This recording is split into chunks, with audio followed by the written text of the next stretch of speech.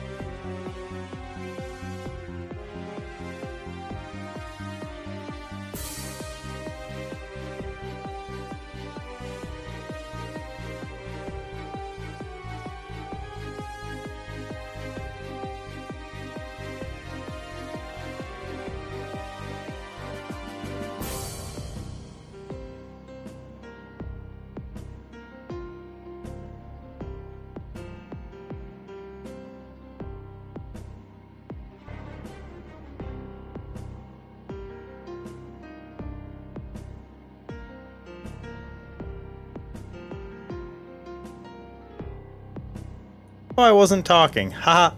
We're going to be a few minutes late starting podcast today, but I do have something we can do / go over as friends who enjoy the craft of tabletop RPGs.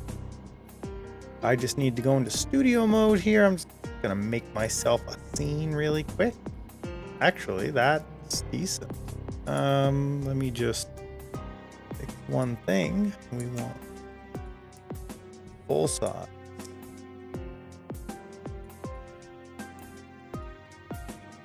Whoa. Why is this so weird?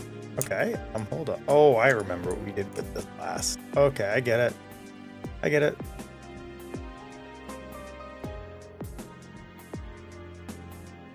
Oops. I can't, guys, I don't remember how to stream. Help. Don't just stand there. Why is this not a full-size window? Whatever. We'll make it good enough. There. Good enough. We're gonna go over a character that I built. And I'll keep the music running, because why not? We're gonna talk about this character. We won't talk about why it was built or what it's being used for. That'll come up later. But this is Deathry Jade Smelter. Or Jade Melter, sorry. Deathry goes by Death, or so he tells people. He is a Deep Gnome Ranger, but he's not a good Ranger, as you can tell based on his stats. I made him really quickly, and I didn't realize that Wisdom was a hard requirement for Ranger, so I can't multi-class. So I'm going to be rebuilding him a little bit, not a whole lot. I think. Let's see, what is the multi-class requirements for Ranger? Ranger multi-class. Let's see. I think it's like a 2. Ranger, 13 in each. So I get a +1 racial here. So what I'll end up doing is I'll end up putting probably a +1 in strength, a 0 in int, a 3 in dex, and a 2 in whiz. Is probably what I'll end up doing. Because I want to be able to multi-class in the future. So let's edit them a little bit while we're doing the stall tactics, you know? We're just going to jump right on over here. So we want this guy to be able to multi-class in the future. I'm just going to write down my scores. 16, 14, 13, 11, 11, 8. So what I think we want to do here, just going to delete all these. So any numbers we have here are based on our racial bonuses. Total 1. That's interesting. Oh, that's just the bonus. Sorry, never mind. So I think what we want is we want a 16 in dex because that's going to be our hit. We can put our 14 into con because we only need a 13.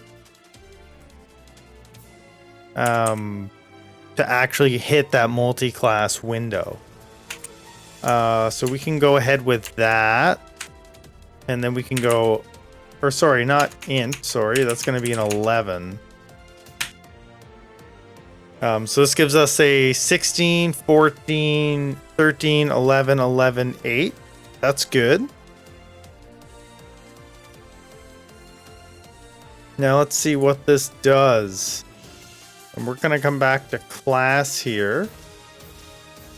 And we're just going to, now that we could potentially multi-class into something else, we now need the Ranger summary, Ranger 5e, just to figure out what level we get things. This is just, like, I guess, a little bit of insight into how I do things. So we get favorite enemy improvement, natural explorer improvement. So this isn't super really good for us to have 6th level Ranger. We need 5th for sure. But I don't think we need 6th level Ranger here. I think this is actually where we may start a multi-class. Yeah, I'm all of a sudden not feeling 6 Ranger. Let's get our multi-class requirements back up. Ranger, yeah, it was here. So what could we class into? Not a ton. We could multi into fighter. This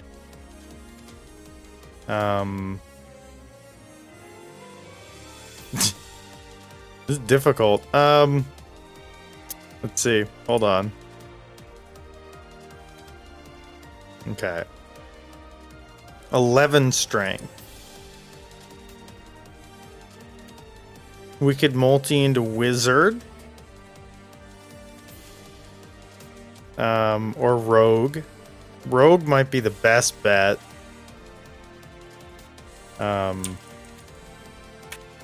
It probably is, honestly, but I don't know. Let's see. What level do we get? We get an expertise, which is good, and sneak attack on top of Hunter's Mark. Yeah, 1 level in rogue is just too good here not to do, isn't it? Yeah.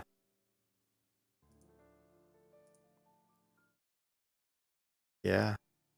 I think that's just... Okay, how do I add a multi-class? Add another class. Oh, cool. So it already knows. Yeah, I think it's rogue. Rogue all the way.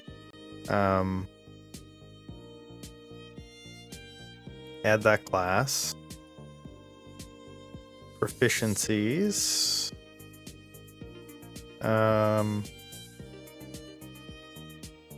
Oh, we're gonna have to go choose all of our skills again.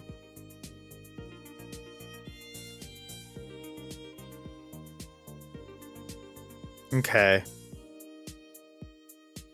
So let's go back.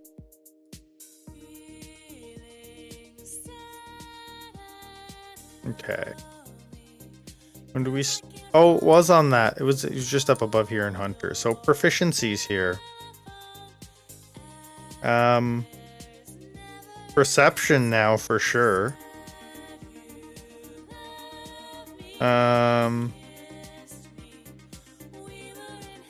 I like survival and stealth, I think, still. My favorite enemy is going to be oozes, and it's going to be ooze language.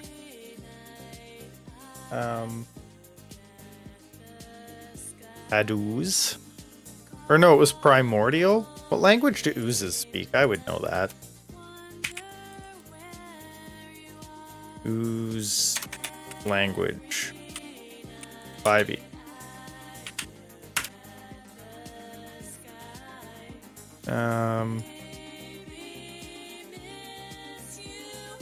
Languages? They probably don't talk. It's probably the actual answer, but... Brayus? Ooze 5e, Oblok, Ooze, Gelatinous, Ochre Jelly.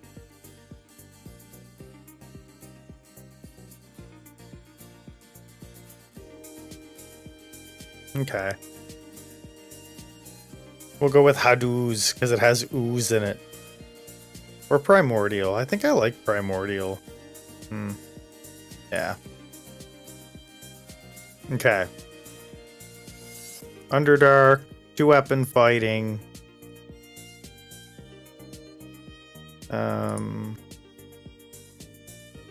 Hordebreaker, dual wielder, extra attack. And then in Rogue, we get proficiency in... What do we want? Dang. We don't want to... Sleight of hand, I guess? And then we expertise out stealth and perception. This is so stupid. Okay.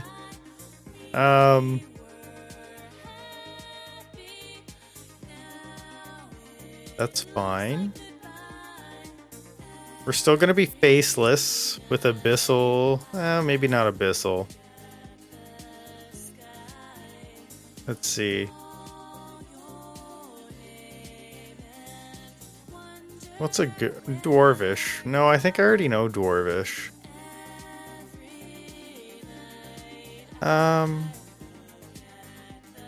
Hadooz. It's a weird language. Because why not?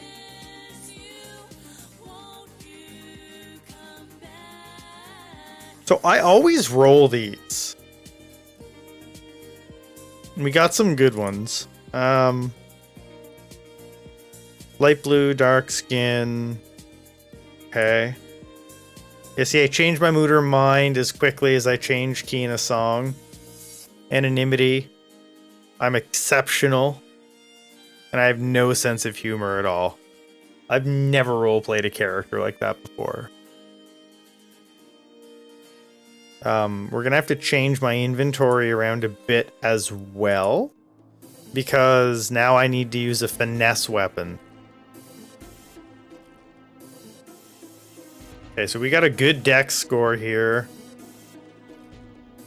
We've got a +9 to dex. And we have advantage because of something and disadvantage because of our armor, which is at 17, which I believe is 18 once I get this anomaly here fixed up with my inventory.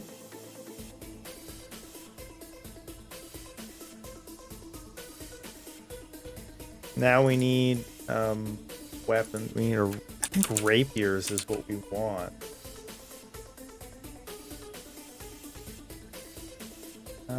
We need light property weapon.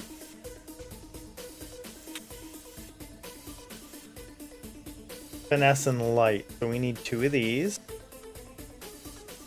Add to equipment. Add to equipment. And then go bang, bang. Yeah, I should get 1 more. So my scale mail's 14. My dex gives me 16. I got blessed by some dude. And I should also be getting under features here. I should be dual wielder. When you are wielding a separate melee weapon in each hand, you can use 2-weapon fighting, even with one-handed melee weapons that aren't light.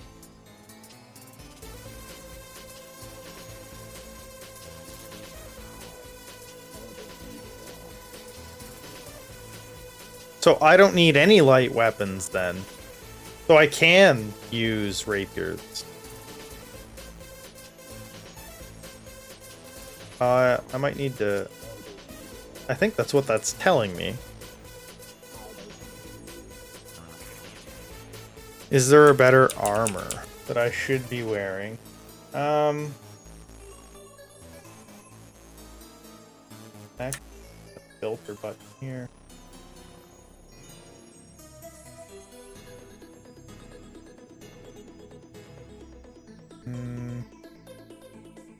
I think I'll keep my scale mail, actually. I think that's a smart move.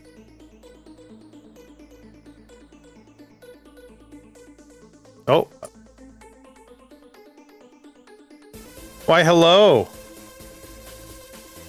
Before we start talking podcast stuff,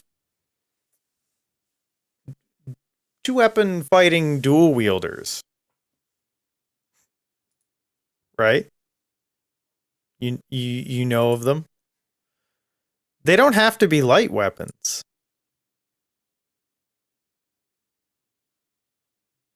Right? Because dual wielder is you can use 2-weapon fighting even when the one-handed melee weapons you are wielding aren't light. Correct? That's what it says. I read that. I didn't just make that up. So I could dual wield rapiers. And they're both finesse. Yes, that is correct. Nice. So now I have dual wielding rapiers and I'm 5 ranger, 1 rogue now. So I get a sneak attack on top of Hunter's Mark.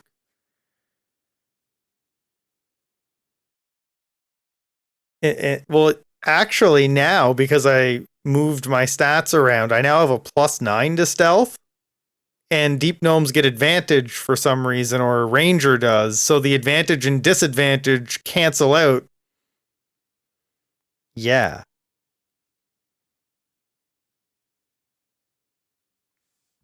So you got here at the perfect time. I just finished. Actually, I still have spells to pick, but I'll do that off stream.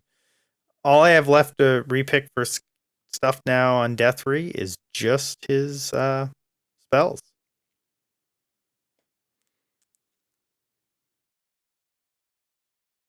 Hey, there we go. And transition. Welcome, everybody, to Dungeons and Downloads, the podcast, the musical.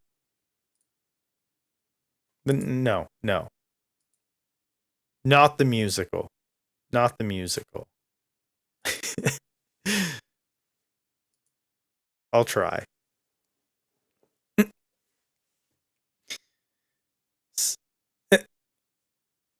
So today's a bit different than most. Today we're going to be prepping and showing you guys how we prep things.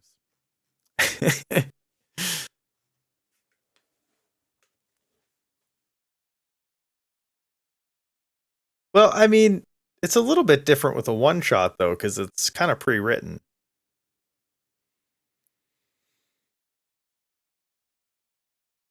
Yeah, and this one here, we're going to prep in like, half an hour or 45 minutes. Do we want to start with prepping or do our recaps? Okay.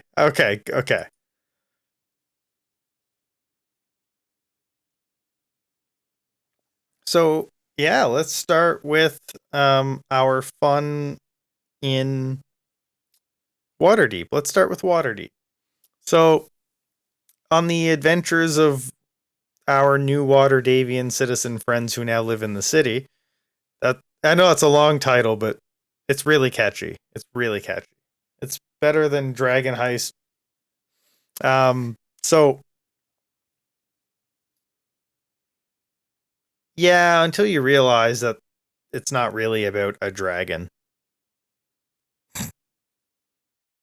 It's a full dragon. And then then I don't know what you're gonna do with it, but they're probably worth a lot of money. Their scales are.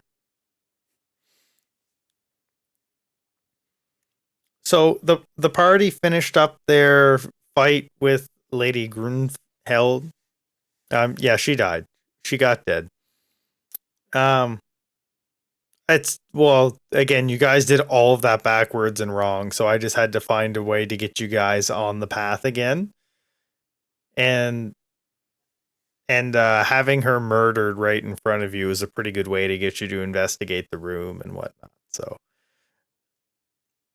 So I did that up. It doesn't really matter if she lives or dies because um there's some paths where you barely talk to her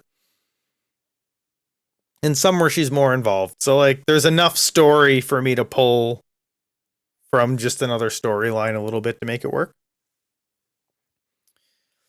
So you guys did that, and then you found out as players that Rouse lost the stone.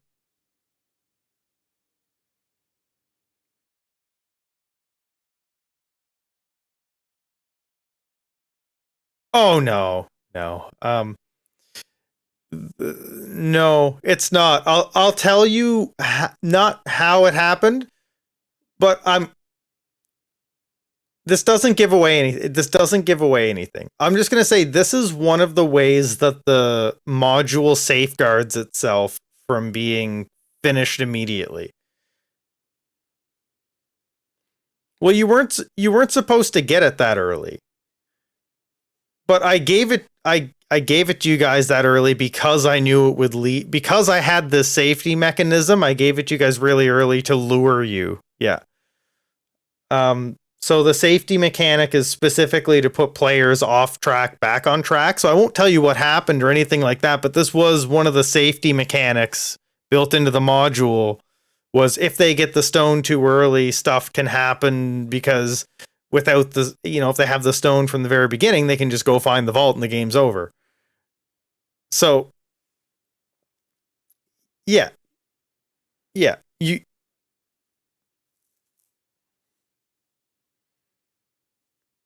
Yeah, exactly. And as a DM, you know how sentient items work. Um, so it was beyond Rouse's control, to a degree. Yeah.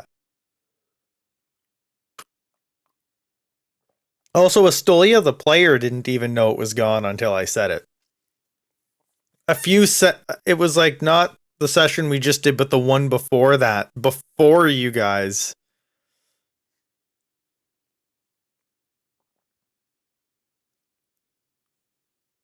So what I did was before the session even started, we had already rolled.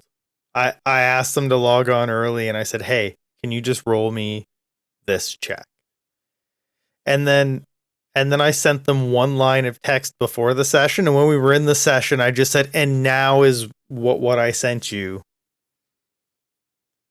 And it was just one line, a singular line, and that's all they knew.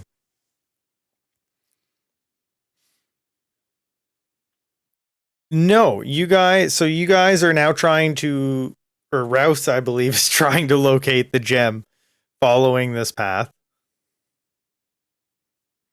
Um, so you guys went to an old mill that was turned into a butcher shop, and No, there was a lot of squatters. But you guys eventually figured out where the stone was on its way to. Yeah.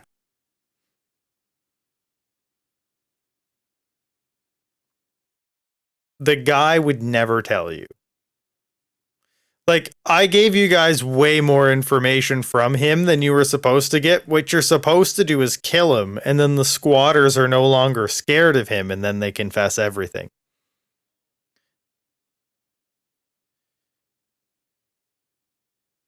Yeah. When I realized you guys probably weren't actually going to kill him, I was like, okay, so I have to. Yeah, once Goofy figured out he was a Zent, but I didn't think that was the only way I could get him dead, and then you guys stopped questioning the squatters. Yeah.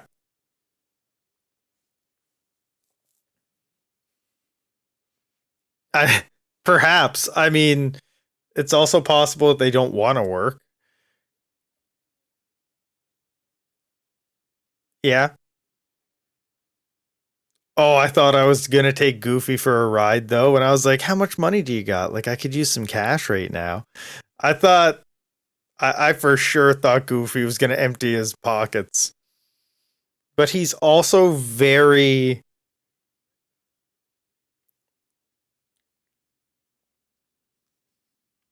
Hmm.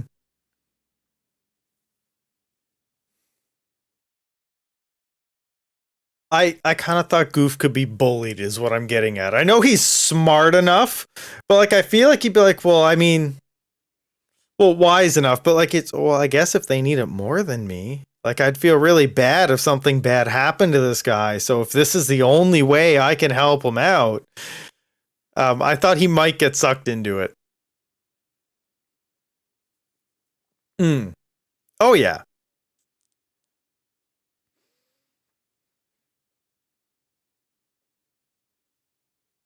yeah. No, it was a great proffer. I never really thought of it.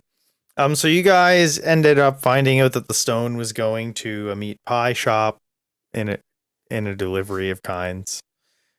Kinda. Um, and when you guys got there, that's where we stopped. So that was the end of that. Yeah. Tell us about Out of the Abyss. I didn't tell them that yet. I just said I was making this character and I didn't really say why. I said, we'll talk about it. I died. Snog died.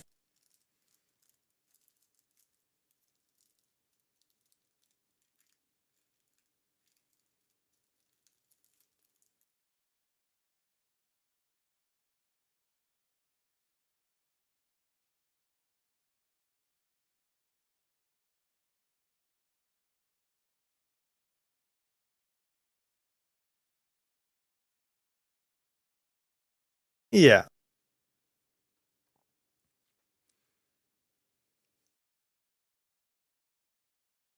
Yeah.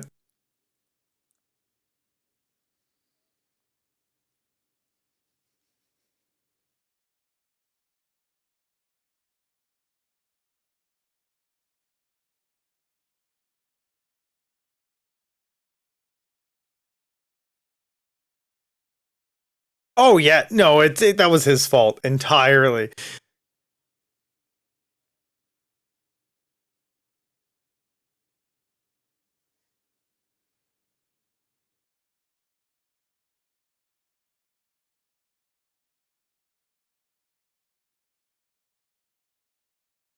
Hmm.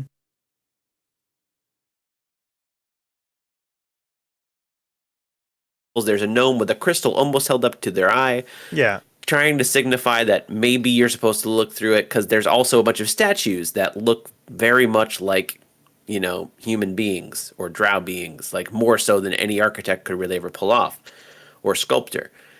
So it hints that maybe they were turned to stone. So essentially what happened is Niskar was the only one really moving stealthily. The rest of the party was kind of loud. The Medusa heard and also saw the book, so she kind of stealthily waited a little bit and then took a shot at Sildar. Started off combat. Now that was from the shadows as well. And like all the way from the shadows, so no one could see her at that point. They just saw the bow. Combat ensued. Essentially, what happened is you guys got all the way around almost. Rusty went and told everyone to cover their eyes because Rusty had to make a save at the beginning of Rusty's turn, but using the crystal as like a refraction. I guess Snog actually did get a turn to run in, but I didn't actually see the Medusa yet, so nothing had to happen there. And then in typical Rufus plays his character to his death fashion, Snog would just go and try and attack the Medusa. Snog was never at odds with the party, but I feel like Snog doesn't always listen to anyone around him. Algernon was probably like, let's go. You've also kind of got to figure that it wasn't I went and then Rusty went. Like when you're RPing this, that all happened at the same time. Yeah. So I ran in, and as soon as I got in front of this thing that I was already looking at and already had the war pick back. Yeah. It just seems disingenuous to go to look away. Yeah. Like, how would the character pull itself out in the moment? They wouldn't. Like, unless there's someone, because you were running in head first, and all the other characters are being a little bit on the cautious side, so I could see them listening and looking away. And I'll be honest, like, until we saw that it was a Medusa, I was like, I knew that there was something that was going to turn us to stone. I didn't think that was going to be it. Yeah, I thought that was going to be like a were rat or something. Yeah, something that could just something that could shoot an arrow, right? Right. It could have been anything. Like, it was straight up a Medusa. So you had a 25% chance of instant death. I went through the. Yeah. It was a 5. If you rolled a 5 or lower, you instant died or instant petrified. And that's Snog rolled a 1 on his con save for the Medusa. And like that's everyone just know how that works. It's a. That was the mechanic I was talking about the other time, but I feel like everyone has a second character. Everyone has a second character going, so I don't think anyone really would have cared if they got petrified. They would have been like, I think, God damn it. I think some of them would have been like, oh, this is great. This is like a great game. I was like, meh. I was like, he instantly started rolling another character. So yeah, Snog rolled a 1 in his con save and was instantly petrified. The rest of the combat wasn't easy too. The Medusa crit with its hair attack, which gives it a lot of die because it also does poison damage on Sildar. Dropped Sildar to like 5 health in 1 hit. Mm-hmm. And if it wasn't for Niskra remembering that he has darkness, like, that would have gone terribly. They would have all died. Niskra cast darkness on the Medusa. Luckily, Sildar has blind sight, so he's able to make his way out of the darkness pretty easily because he can sense where he is pretty much, and get out of that. But if he hadn't, then Sildar would have, had to, I guess, disengage, run. Yeah. And hope for the best. Sildar barely stayed alive for the entire thing. And during this entire time, Rufus was rolling another character. Yep. And so, for everyone who doesn't know, while I'm playing this is when a character dies, you get 1 extra indefinite madness. Rufus is at 2 character deaths, so he has 2 indefinite madnesses to work into his character at the start. I was also explaining to them that, like, when I do my ideals and all that stuff, I roll them. Yeah. So, like, I didn't pick. I change my mood or my mind as quickly as I change the key of a song. Anonymity, it's my deeds that should be remembered, not their instrument. Exceptional, I do this because no one else can and no one can stop me. And that last one really works with your one of your madnesses. I know, and I just rolled these. And I didn't look at the tables beforehand. And my flaw is I have no sense of humor. Laughing is uncomfortable and embarrassing. That's great. I love that last one because you also played a character like you're that. now partying with a character who has indefinite madness that as the things get worse, they are funnier. Yep. Our rogue literally laughs the worse things get. So yeah, they ended up getting away from the Medusa just barely, going back out, doing a long rest. So far, there hasn't been any downside to doing that. We'll see going into the next week if anything happened while you were gone. You went and you had a little bit of a heartfelt moment at the inn with the innkeeper. Talked a little bit about Snog. Everyone had a little drink. I tried to work that in. I'm not always the best at working in heartfelt moments with character death, but tried to give you a little bit of a Snog send-off. Everyone was like, Everyone poured out a drink for Snog. Talked about the innkeeper tried to say as many good things as the innkeeper could because Snog was only likable to a point, and that was his character. Yeah. He was just so ugly that nobody liked him. But yeah, everyone. It was a good little moment in the end. I gotta then- give you my backstory for this guy. Please do. I'm very interested to see what your backstory is. I'm happy that you're still making backstories. I feel like at the second death, you're just going to be like, copy, paste, whatever. I'm happy you're still getting into it. Well, like, I enjoy it. I don't know how you play a character without that kind of connection, I know. I agree fully. but like, I don't have a lot for Death Re right now, so I only have like a couple seconds. But like, he's basically he's an assassin, I like which it. is why he dual wields rapiers, and he always wears that mask. It's not because he's sick; it's because he doesn't want you to see his face, and nobody Or has his ever. eyes. Yeah, no one has ever seen his eyes. They've gotten the hat off to see his hair. They've maybe pulled the mask off. They've never never seen his his eyes. eyes. Nobody knows what color his eyes are. So the party met Deathry, and Deathry had a nice little talk where he completely lied about having faced 10 Medusas, but the inside check failed on his deception. So everyone's like, damn, you've killed Medusas before. Because, like, Deathry is supposed to exaggerate everything so that people are interested in him. Yeah. That's what... Then the party guessed that Indefinite Madness is that he's exaggerating everything and being like, I've done this, this, and this, and this, of course. Don't you know? And then you guys got into... a fight with 3 earth elementals that all appeared one in a row. That one wasn't too difficult. The only like crazy thing is the way they appear is they might appear near someone, so you have to run away. Like that wasn't too crazy of a fight. Yeah. And then you guys went back, got your blessing, which is actually part of the book. It was so hard for me to find these because it's in like a small, tiny piece of the DMG. But there are things called Blessing of Protection where you just get +1 AC. And Blessing of Weapons, which just makes one weapon you're wielding a +1 weapon. Isn't it fun when stuff like that happens and it's just like It's not. impossible to find? It's not. I didn't like it. And yeah, next week we're gonna probably be. I mean, I don't know. We're either dealing with some oozes or we're dealing with some were rats. You've been asked directly when you went back and talked to the guy at the Speaking Stones. He said something about hopefully a peaceful thing with the were rats. I still don't know how the party fully stands on that. I don't know how Deathry stands in it at all. I feel like most of the people want a little bit of parlay, but Deathry lived in Blingdenstone. He lived in Blingdenstone, and he was like a hired assassin. Like he doesn't care to just kill people, but that was his thing. He killed people for money. Right. So like he would kill the were rats for money.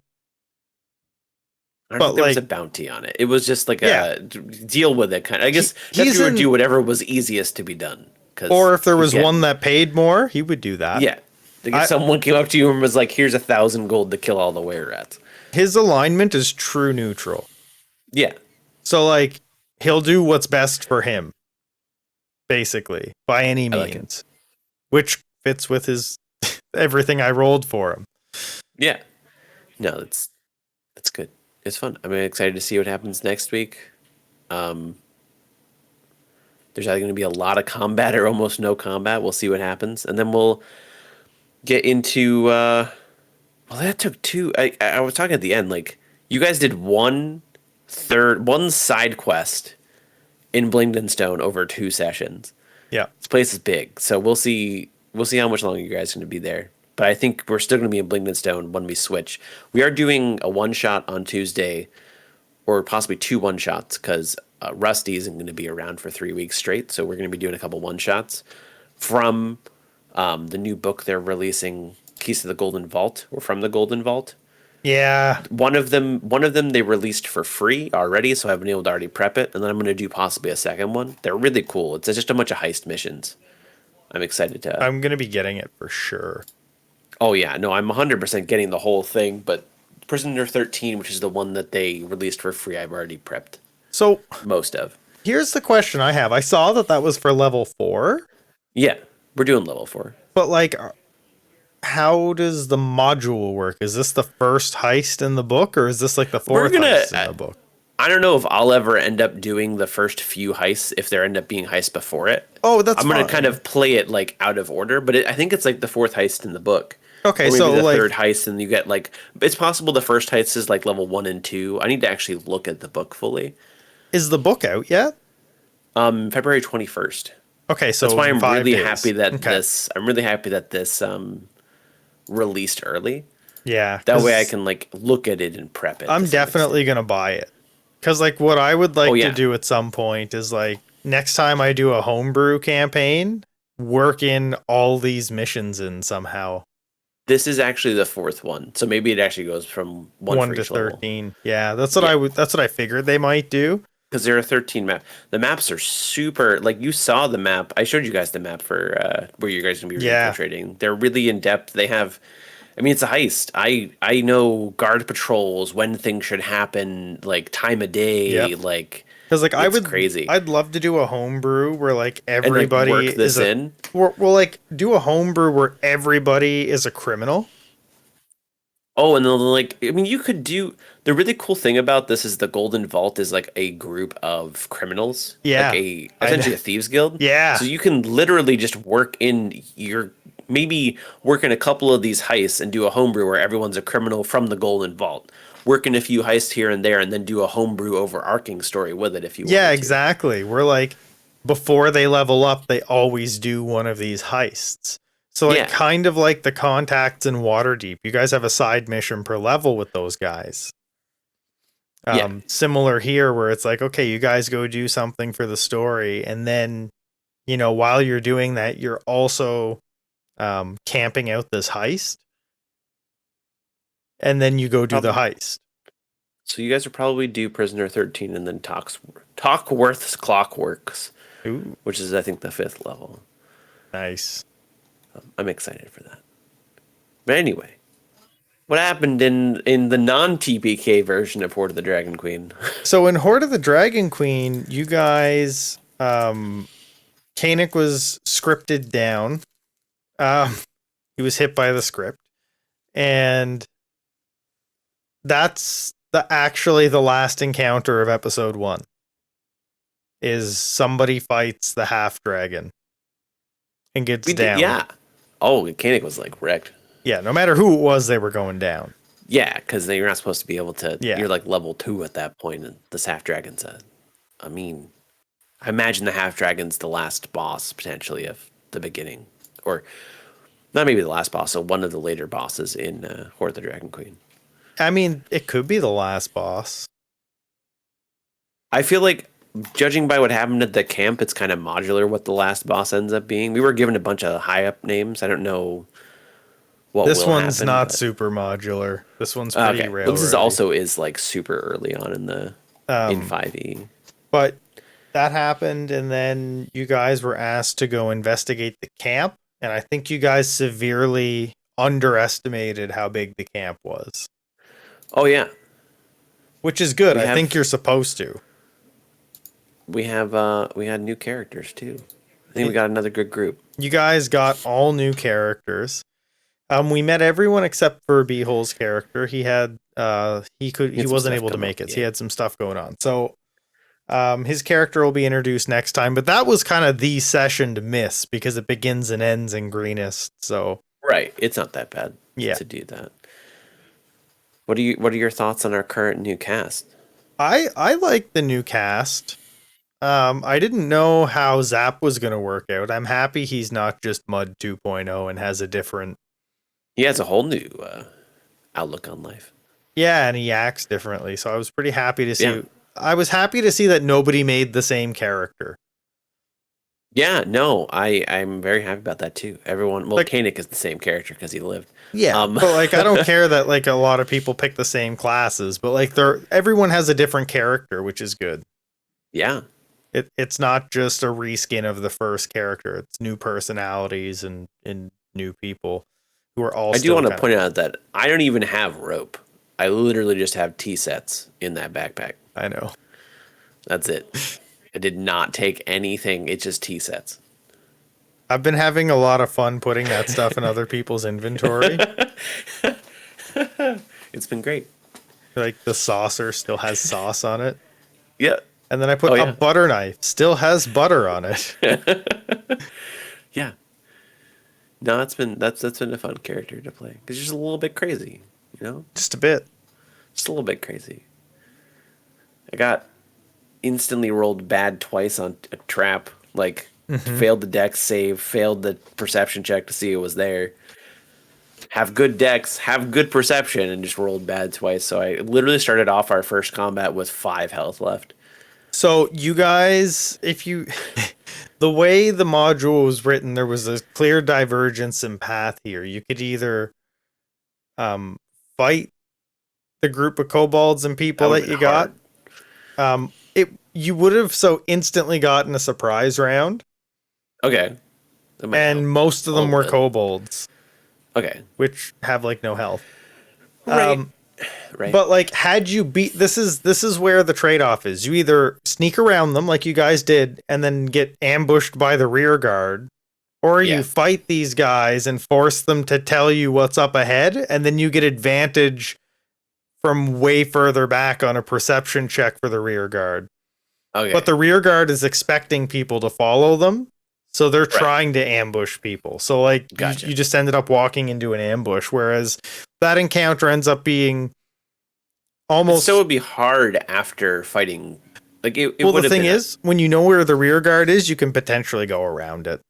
Oh, okay. So So you're you- doing. you You're do probably one only of doing two. one encounter. Yeah, you do one of two. There's an easy and a hard, and you guys picked the hard, or not picked, but you guys took the Oh, route like- that brought you to the hard one. I went down to 5 health and I just started doing stealth rolls Yep. because that's like if the veteran out back hit me, I was going down. Oh yeah. So I just kind of And that was the idea there. You got to basically choose between an easy and a hard encounter, but there's also like a bit of, I guess, once you got to the camp, the way it's kind of written is that like they think they've gotten far enough away that they're not worried about people getting to them, especially because of the rear guard following up the back. Yeah. And I was keeping track of how long you guys stayed there. They're supposed to get suspicious after a while if the rear guard doesn't come back. Okay. And then they, you know, So if we had stayed there for a while, they would have had to do both encounters. Yeah. Gotcha. so like there's a bunch of stuff that kind of causes it to turn. Yeah. And like you have to do charisma checks every so often to see if you get recognized. Yeah, inside of the. I'm surprised that we didn't get recognized like right off the bat. We don't have charisma in that group. Our only charisma is Kanik. They were only like DC 5s. They were I super know, low but, checks.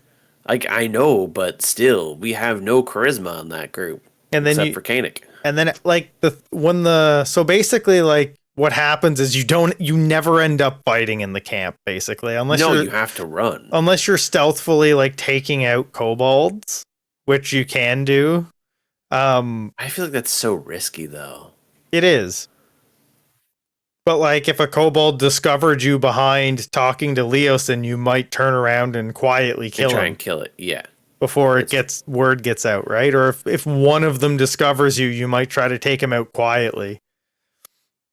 Is that supposed to be like almost impossible to get Leosin to even get a roll? You cannot get him to leave, but if taken off, he will go out with you and he'll hate you the whole way back to Greenest for getting him off the post. So he's not. I was gonna let him go. And if you leave him there, it didn't matter whether you left him there or not. He was gonna get back to Greenest. Yeah, like I had that feeling. I also like there was a point where it's like he wants to stay. Why are we currently trying to make him not stay? Like, Well, like let that's the man why stay and see when what Zap was happens, like, we "I'll healed him kill up." you," he's like, "Well, like I'll go, but wanna like leave. I don't want to go, but I'm not. I don't want to die, and I'm telling you, I'm pretty sure I won't unless you kill me." So like if you're going to kill me if I don't go, yes, I'll go. The point isn't to die. I honestly believe I can get more information if I stay. Whether that's true or not, you guys will never know, but he honestly believes that. That did seem like. I mean I've learned some things about Zap. Yeah. 'Cause that seemed like it was a huge like leap from let's help you down to I'm gonna kill you. Yeah, I You're a didn't. liability. I didn't It's like, get. where did I- you come from with that? I didn't get that at all. I I I don't understand the character motive there, but Wanting to kill him? I mean, I don't know what Zap's alignment is, but it felt like it was much more of like a chaotic neutral lineup. I don't even know if it's alignment? chaotic neutral. I think that's almost just straight evil. It could be. Like yeah. that's literally killing 'Cause someone for no reason. The way he was justifying it was he knew too much. Knew too much about what? He knows the most about this cult. You need him more than he needs you. Yeah. Right? Yeah. If he dies, he dies. You guys are the ones that'll have to deal with Tiamat coming back to life, not him. That's true. He'd be dead. He'd be dead. He wouldn't care. Yeah. But yeah, that's basically all that happened was you guys went through and you guys scouted out the camp, took Leosin down under threat of death, and almost at the gate, you guys got recognized and were chased out of town, got back to Greenest, and that's where we ended. Yeah. Yeah. I was definitely taken. Like, that was also, I mean, oh, there was a little situation from my point. It was getting late at night and I had to open work the next Yeah. morning. Or no, I didn't have to open. No, we I weren't had to going go to. be up to do something. And I was like, why are you dragging out this encounter? Why are you dragging out this? Not you, but why was Zap dragging this out? Like, we had decided to potentially just let him live, and Zap's like, no, I'm going to go in there and get him out even if I have to threaten to kill him. Yeah, it was a bit weird. I didn't understand it, but you guys got him out. We got him out. He's alive. One of two possible storylines. He's going to be pissed. Yeah, he will be. He won't like you. But I'm happy that it was a possible storyline, though, and that we didn't just like ruin that module right from the start, too. Oh yeah, no. If he wasn't supposed to leave, I would have had him get. You would have said that discovered. Zap roll for, or been like Zap roll for, like, are you going to actually kill this man in cold blood? No, I just would have had you guys discovered. And then we had to run. Yeah. I would have ran. Well, you Even if wouldn't- no one else ran, I would have ran You as wouldn't. fast as I could. None of. I would have stopped it at that point to be like, really? There's thousands of these guys. We can take them. Like, then you guys all get captured, I guess. Like, we're not doing a combat with thousands of kobolds, so you guys are all captured now. And then you work Yeah. from there. There's a storyline for if you get captured as well. So, like, if it came down to that and it was actually an issue, you would have just got captured. Gotcha. Because you wouldn't do a combat with thousands of cobalt. It's just you get captured at that point. That's Yeah. Yeah. Not worth. There's too many I things. think all in all, it was fun though. Yeah, that was a good session, and you guys got level 3 off it. So I need to remember to. You have Waterdeep up at this point, right? I don't have any If of you them have any up server? right now, Okay. but I can I'll open it level whenever, up. whenever people want. I can level up next week at some point because we have end of time this Sunday. Yeah. But that was about it for Horde of the Dragon Queen. It was fun. We didn't die. Already an improvement from last session. True. Okay, Rufus. So next, let's see if in the next half an hour, 40 minutes ish, we can prep this really quickly or like teach people how we would prep this module. I've already prepped Sure. this module twice. I told you about. used this as I've- part of. I've used this module 3 times total. I lied Yeah. to you. I've run it twice. and played in it once. And I've run it twice in virtual tabletops and once in person. I forgot Oh, about the damn. once in person. Damn. So I've run this one 3 times already. I've prepped it for Roll20, Fantasy Grounds, and pen and paper. So I've prepped this particular module many different ways. Well, aren't you fancy?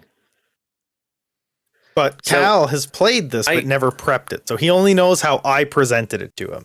I want to just to start out with. I feel like Strahd being the very first written module I ran ruined me. I read everything in a module first. I go down and I read the whole You thing. should. You always should. Okay, so that did teach me a good thing. with Yeah, no, that modules? taught you a really good Because thing. Strahd teaches you that. Because if you don't, then you're lost. In Strahd, if you prep Strahd, you need to read the entire book. Yeah, like out of the like Horde of the Dragon Queen, I have not read it end to end. I read a whole chapter at a time. I've read Out of the Abyss end to end, but I reread the last half of it since you're getting close to the end of the first half. Yeah. And I keep on. I read Coming ahead. back So to like that. I had already the 3 first chapters prepped before day 1. Next I'll do chapters, 4, 5, 6. Now, how many. Do you do like notes and little tiny things in like a side document? So when is the real question. I go through these things multiple times. Okay.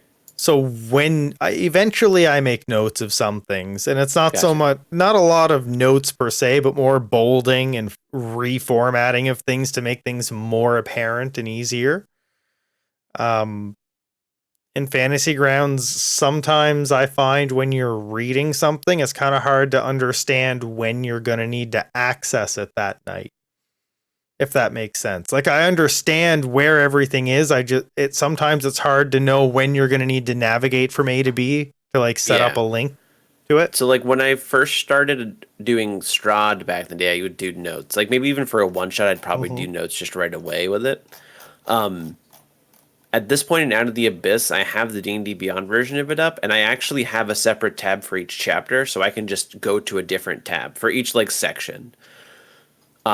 Or each chunk of section. So Rockblade is an entire section. I had a tab dedicated to Rockblade so I Yeah. could see where you're at. And then if I needed to pull another character in, like I'd have a tab for Inner Blingdenstone, which has all the characters and stuff.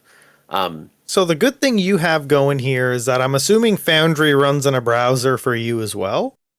No, Foundry actually runs in its own separate program. Okay. I open up a program for Foundry. And also for Foundry, the way Foundry works, I don't know if Fantasy Grounds has it, but the map, you know how the numbers are on the map in the book? Yep.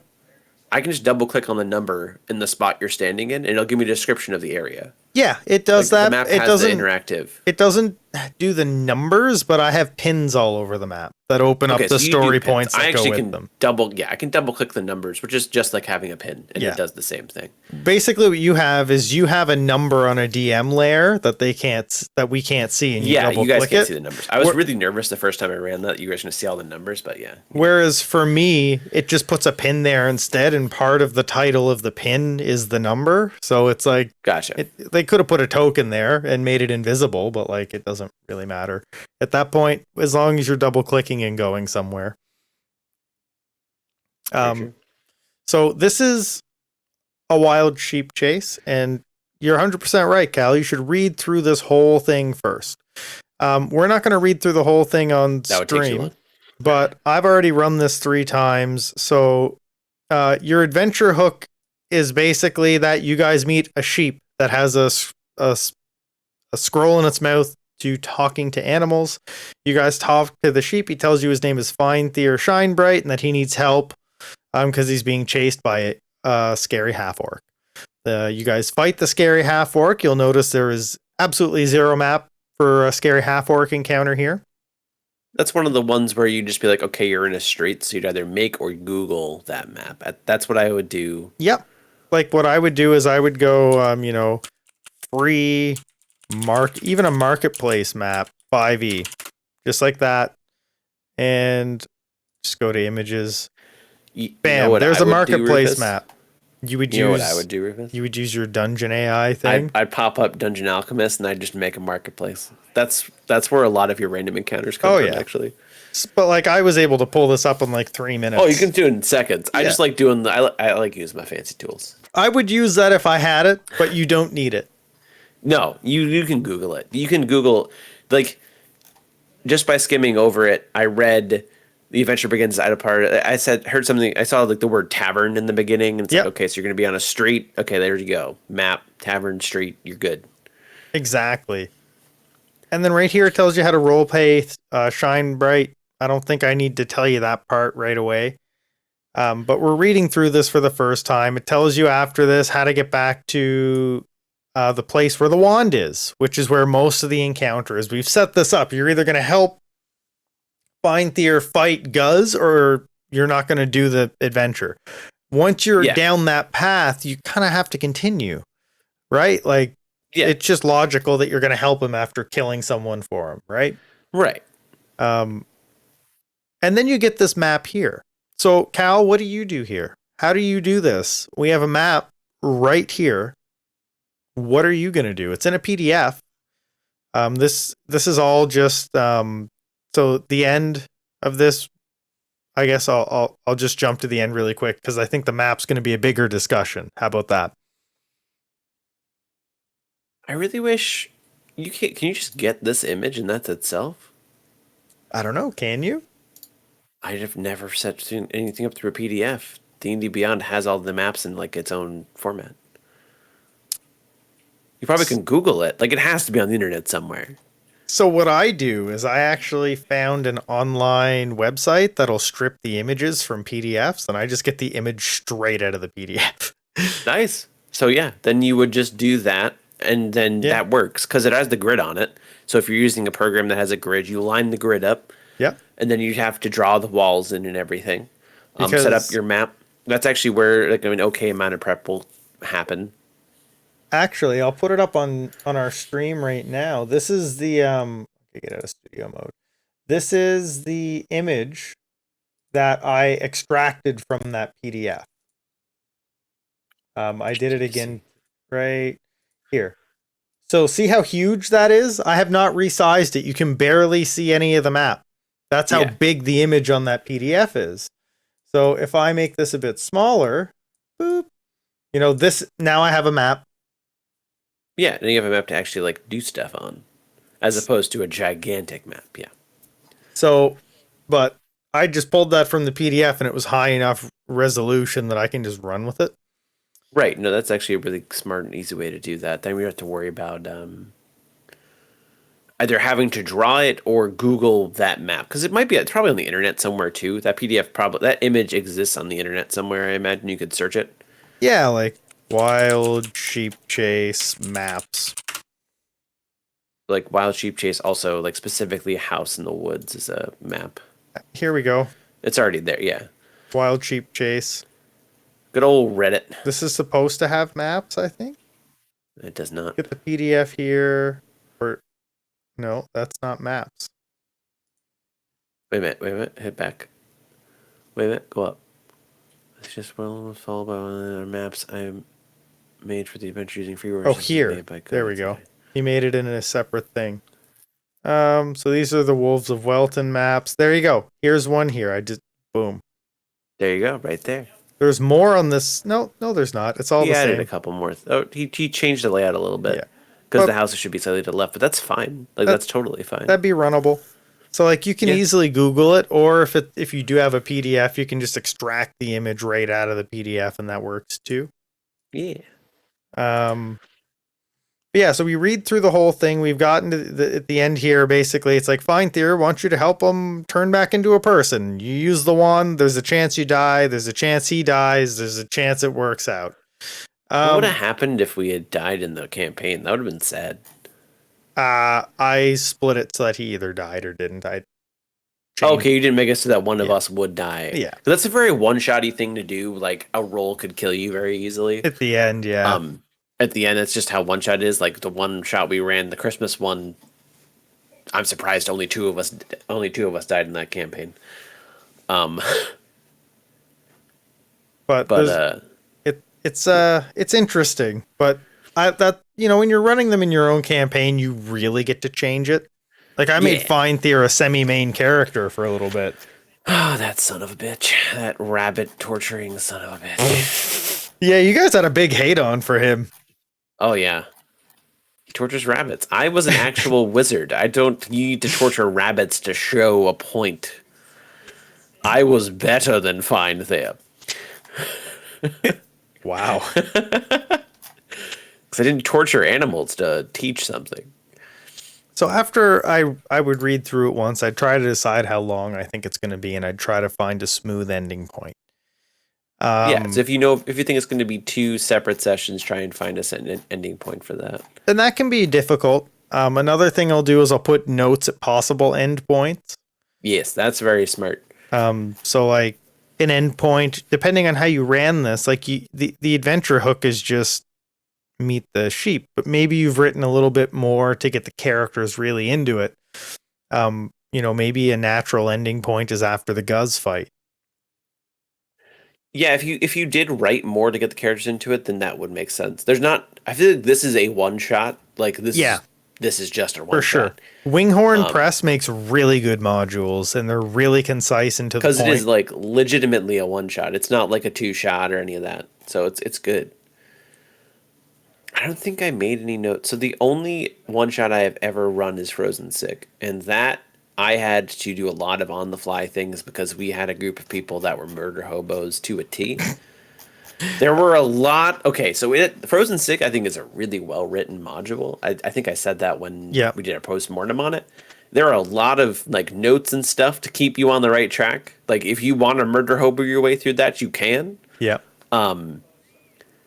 But there's a lot of on the fly thinking. I don't think I actually wrote any notes for that. I just did the multiple tabs open. I read it like 2 or 3 times. I always, before I start a session too, I will read through where I think you guys are going to get to next and a little bit afterwards. That way it's fresh in my mind. And like when I'm doing this kind of stuff too, like I don't so much make notes as make things stand out. Like where this has like just Guz and wolves in bold, like I would probably take this little bit and leave it alone. I'd probably leave this part alone, but right here where it says like he demands to be given Master Noak's sheep, in which he claims has escaped, like I would put this in like italics or something, make it bigger, something to make this stand out, because this is his whole motivation. So my notes are kind of more like going through a textbook and highlighting the important parts so that I can easily get to those things. And less writing my own notes. Okay. That's interesting. Speaking of going through notes, fun fact. I don't know which version I'm probably going to use the latest version. I thought I had lost the entire shadow stat block. So I recreated it, and then I went back and was like, oh, this is literally something called, I named it Shadow Spells, and then put the entire stat block in there too. And I didn't realize that that's what the stat block was. Nice. So now I have 2 stat blocks for the shadow. They're very similar, luckily. But that's what I try to do. So that's the downside of running a homebrew. Is there are so many notes that you have to make. Because you are literally, I mean, most of the notes are bullet points. Because when you're doing a homebrew, unless you are doing a homebrew and then going to write a book based off that homebrew, like an actual module. That's how I write mine, as if I'm doing it. I write a little one shot. I don't write it as a module because that is actually, it's just too much. I write notes for me to remember exactly what to do. I do little tiny bullet points. See, this is where I feel like Dungeon Alchemist is good. Because it's great. We can say we want to go dungeon diving and you can be auto-generating a dungeon. Yeah. Whereas like for me, like I almost have to write it as a module because I need to have the maps ahead of time. I made all the maps ahead of time that you could potentially go to, like a couple weeks in advance. I'd had like 3 maps ready. Soul Engine has been ready for an okay amount of time. So like I still will make them ahead of time, but you know what I've noticed is I'm really good at remembering what happens inside a dungeon. Like I don't need to make notes on what happens inside of a dungeon other than a puzzle. I will make a puzzle note and that's it. I know exactly, like I will look at a dungeon and be like, yep, you guys should be doing this, this, and that. That's the way to go through. We're good to go. See, like, that's why I find I didn't have time to do a homebrew. I prep it like I'm going to sell it someday. Because of the way that I prep these one shots, right? I don't make my own notes. I go in and I highlight important things. So I want to put all the detail there so I don't have to remember any of it and then prep it by highlighting the things. I will never be able to sell this. Oh, I could never sell any of my stuff too, but that's how I try to prep it. Like I'll make battle maps and put all the pins on the map, and I'll make like story tabs with individual like try to organize them and link them together so that like they are kind of like a little module. So when I need to reference something about a faction, I can look it up in Fantasy Grounds because I've set it up in such a way that I can search for the faction in Fantasy Grounds. See, that's cool. So it's good for stuff like that, but like it's really hard to Very find the time. time-consuming. Very. Because like when I was like, I can't start prepping something until I understand how it works. It's because I'm trying to write down exactly how it works. See, I don't. Like, we've already been through my process. It's a lot quicker. I think that's why I'm going to do another homebrew after this. I also is feel because like I can make them quicker. I also 'cause- feel like I get rules lawyered more than you do.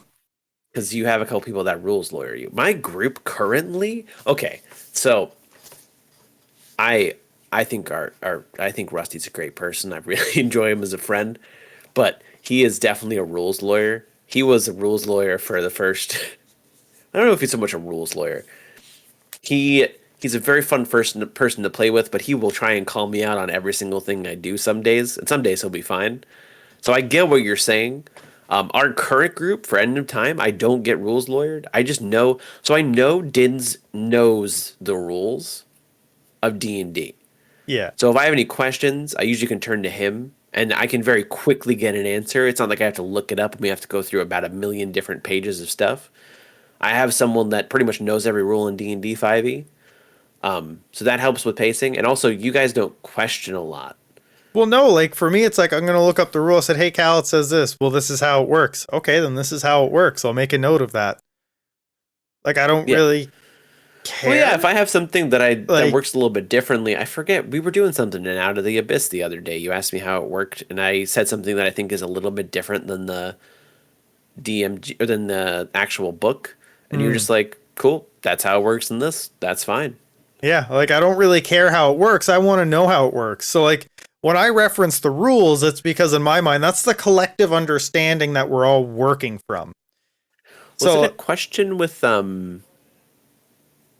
Deathry? I think it was in combat. There was some question in combat that I was like, yeah, you can do it. And I think I think it's like pulling out a weapon and stowing both your weapons or something stupid Yeah, like that. I two- was like, yeah, you can do that in one turn. I don't care.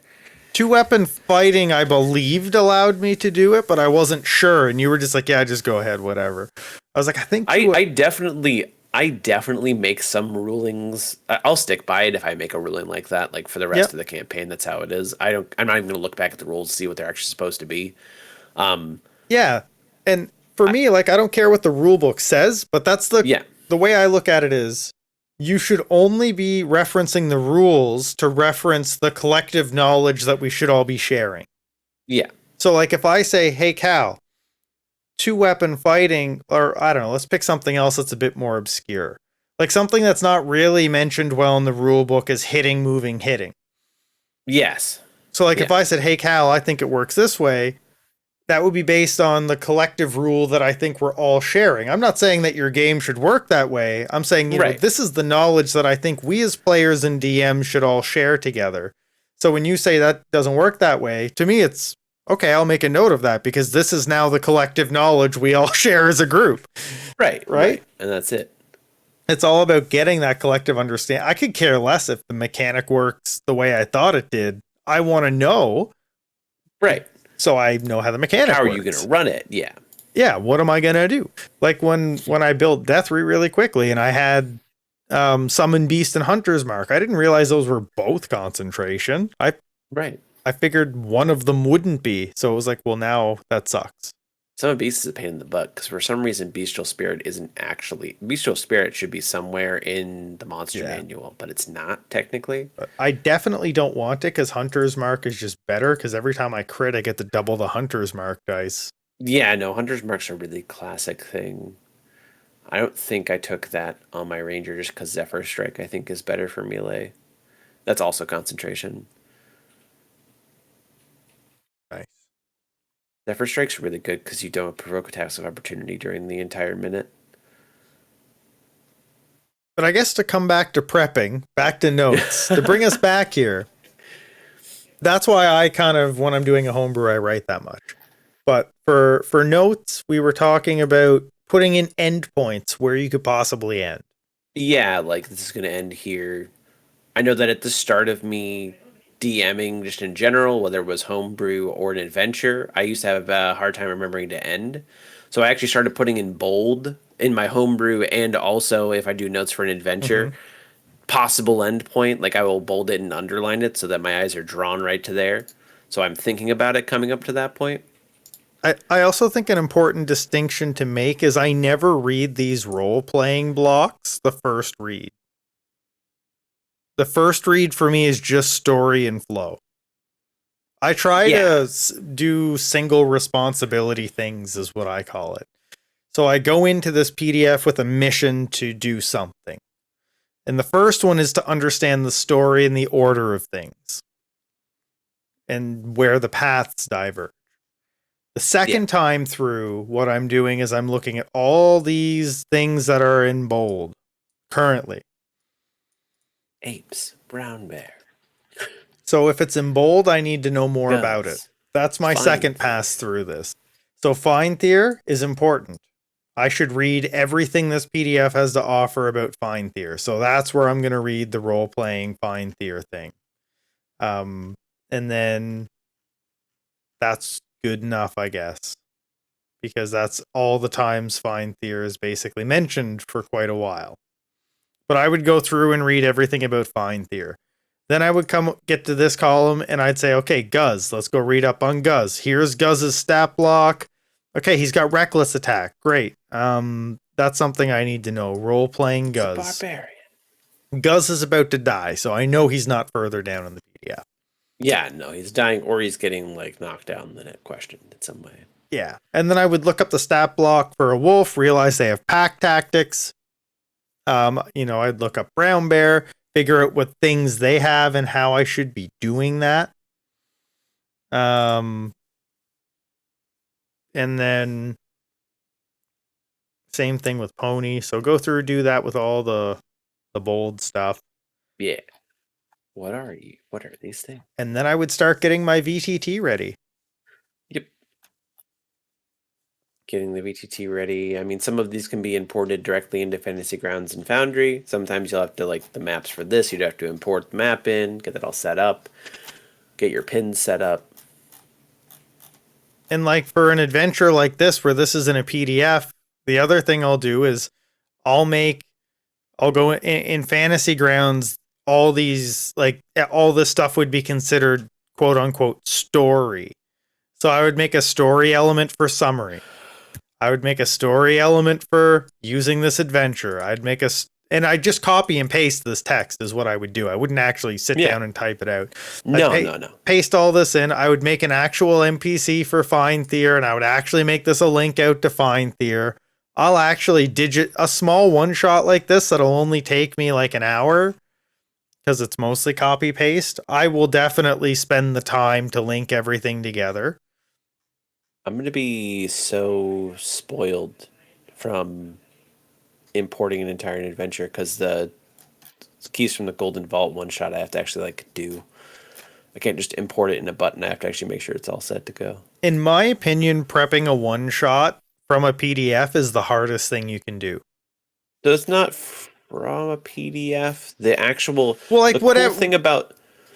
cool thing about the interaction between Foundry and D&D Beyond is if the character. So the second that I buy the adventure and I have like one of the main characters in this specific one shot, it'll import the stat bot directly into Foundry and I can pull that character in. That's why I don't have to find something that's close to it and then fiddle with the stats. That's why I'm saying doing it from a PDF is the hardest. Because when you get the module, everything just comes in. And when you're doing a homebrew, it's whatever you want. Exactly. But with this, you actually need to follow something that probably isn't in your VTT. So like this Guz stat block, I'm going to have to make an NPC called Guz and set all this up. Or the rolling will be hard and difficult, right? Like stuff like that. This is one of the hardest things to do. I would never recommend buying the physical copy of Curse of Strahd and then trying to run it on a virtual tabletop. Is I guess what I'm getting at. Buy the module online. I ran Strahd without importing anything because I didn't really exist in Foundry at that point. Yep. It did have some of the Strahd monsters in Foundry, but not Yeah. any of the maps or anything. So I used to have to. What I actually did was take the image of the map and just put a grid on top of it because luckily D&D Beyond had all the Mhm. images. Like I didn't have to rip it from a PDF. Yeah. So it wasn't the full pain in the butt, but it was a lot harder than like Out of the Abyss has been. And like, that's the hardest thing you can do, in my opinion. Try to digitize a pre-built module. This would be fine to run in person. Like that's easy. Oh to yeah, run in yeah. person. Easy to run in person for sure. But running it in a VTT is difficult. If Yeah. it's not a module you can purchase. Yeah. But honestly, that's basically all Basically, the prep is you Yeah. run through a couple times, you do your overview reading of the whole story, then you focus on the bold points. Then after that, you start prepping the VTT, which is a bit of a pain in the butt, like we said, because of the PDF. But yeah, you set up all your tokens. You make sure that Guz has his stat block, and Feinthir, I don't think gets a stat block. No, he doesn't, because he stays as a sheep till the very end, and then Like like Feinthir, yeah, Feinthir has is in, but you can give him any token you want. You can just put a sheep essentially. you could actually As a rip token. this from the PDF as well. You could rip this sheep. You could rip the sheep at the bottom for for that Feinthir token, and then you would do tokens for the Bed Dragon and Noke. Everything else should be like the brown bear, the apes are all part of the monster manual. They're Yeah. actually normal things. The only thing you really need a token for is the bed dragon. Noke still does some stuff. Yeah, but you can just use generic hooded figure token for him. Yeah, The bed dragon is something you want a cool token for. yeah, because that's what it is. Bed Dragon. Yeah. So like sometimes you got to find pictures for custom tokens, but like Noke is just a human, right? So like you could Yeah. use any kind of human spellcaster figure for him.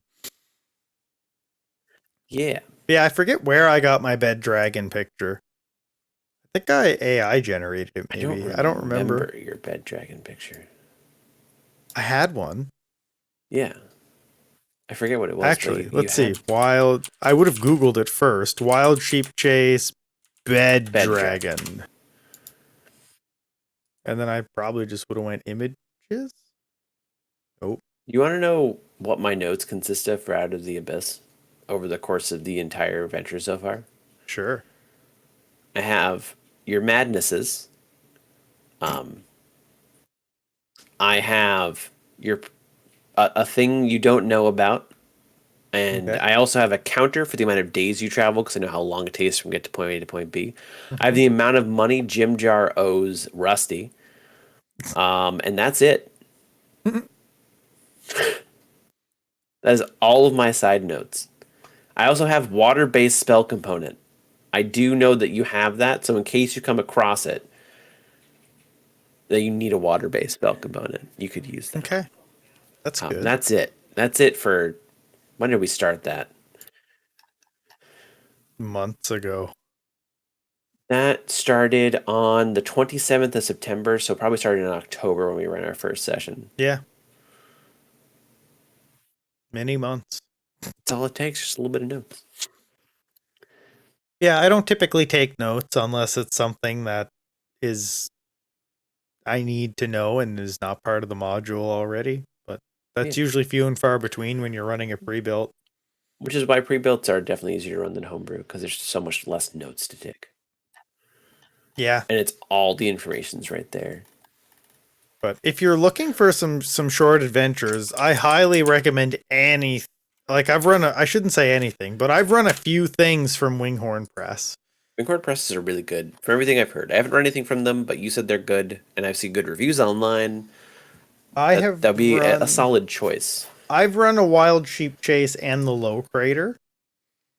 I don't know what the low crater is. Is that the kobold one you were talking to me about? Yeah, the Low Crater is a 6th level adventure. That's all kobolds. But it still can be deadly. It's Home Alone Multiple style times. kobolds. They Yeah. set off traps and they lure you into places you really shouldn't be. Yeah. But they've got a bunch of different ones. The Wolves of Welton is a highly regarded one. In the so the Wolves of Welton and a Wild Sheep Chase are both free. I believe, yeah, the Low Crater costs, but I don't think it's expensive. Gotcha. It's a $2 adventure. That's worth it. The Winghorn Press stuff is all reasonably priced. That's Like, good. I think this is their newest one, When Stars Align, and it's pay what you want.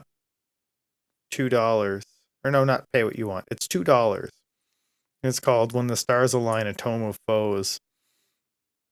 And like they actually have a playtime estimate if you get it from DM's Guild. So like this When the Stars Align is a 3 to 5 hour adventure for recommended levels 4 to 6. And it's That's hard. nice.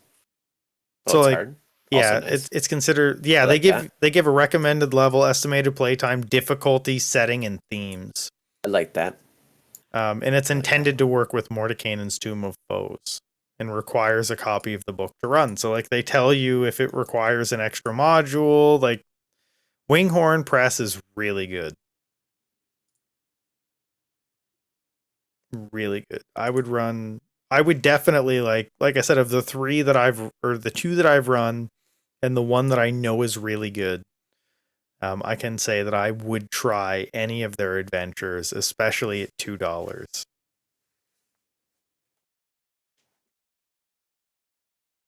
It's just worth it.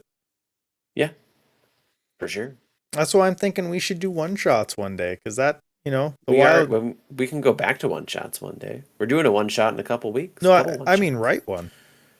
Oh, write a one shot. I think we could legitimately write a one shot. You're correct. We already started with one in Waterdeep. Like, the one shot, the Wild Sheep Chase is only 6 pages. We could turn our Waterdeep based what was it? Mind Flayer one shot, or like it was a mini campaign into a one shot. Yeah. Could turn that into there pretty easily. And like there's lots of really good tools for formatting them to look official. They're Oh yeah. Put them up for $2 on DM's Guild, pay what you want. Maybe we'd get people that would buy it. Possibly. I think we can make a good one shot. I think Yeah. we can make one worth money. But for sure. I don't really have anything else, I don't think, other than check out Winghorn Press if you want to do Check some out one Winghorn shots. Press. Check out us tomorrow, Sunday. Got some more D&D coming up as always. I guess, yeah, tomorrow's Friday. We got Waterdeep tomorrow. We got End of Time on Sunday. Rufus said that he was convinced you guys are going to get through the next 2 Soul Engines, so let's see if he's right. Yeah, let's Now see. that you guys know one of them, that means you can do the other 2 really fast, right? The real question is Dennis going to die? He won't be the first person to die since Spaguglio, though, so there's that. No, I mean, Praxis died, so... Yeah. It's definitely possible someone dies. It's also possible no one dies. That would be cool. I'm not going to lie, I want you guys to get to the Soul Engine so we can get to the next part next week, because I'm really excited for the part after that. But I also want the Soul Engine, like I'm not going to rush the Soul Engines. So if it takes 2 more weeks, it takes 2 more weeks. Whatever, right? It is what it is. The whole entire point of it. The only reason you might take a little bit longer is there's a little bit of RP in between the next. I mean, just like the Soul Engine before it, there's RP between the 2 Soul Engines. So we'll see how long that takes. Yeah, it's definitely fine. It is. It's fine, Thier. Okay, everyone, have a fantastic night. We'll be live tomorrow. If you're just here for the podcast, that's totally cool. And then we'll be live next Thursday with another podcast. But if you are, consider checking us out Friday, Sunday, and Tuesday. By that I mean Wednesday this coming week, because we're still on the off day for Out of the Abyss. We actually do our D&D campaign. We actually do a lot of streaming these days. We do a lot of streaming. We do 4 days a week. I actually streamed by myself on Wednesday. He did. That is true. Has been a while. I'm gonna see if I can do that every once in a while now, but we'll see how time goes. My plan is to hope to do a Wednesday show every once in a while from here on out. I know Rufus was talking about a potential Monday at some point, maybe. We'll see what happens. Yeah, and I think we should set up a sub goal. Yeah, no, Rufus. I think Rufus and I are going to set up goals and stuff like that. Now that we're coming into this year. Yeah, now that the year is already a whole month over. Yeah. Let's Month and a half. It's a month and a half over, Rufus. Don't call us out. Don't call us out. But My yeah, birthday's in 5 days. aw, you're gonna be It'll be 30. aw, you're so young. But yeah, Anyway, you guys have a good night. I'm gonna Yeah. throw it over to the end screen unless you got something else. no, I think I'm good. You Okay. do your thing. Throw it. Yeah. Huck it. Yeah. Chuck it. Huck it and chuck it.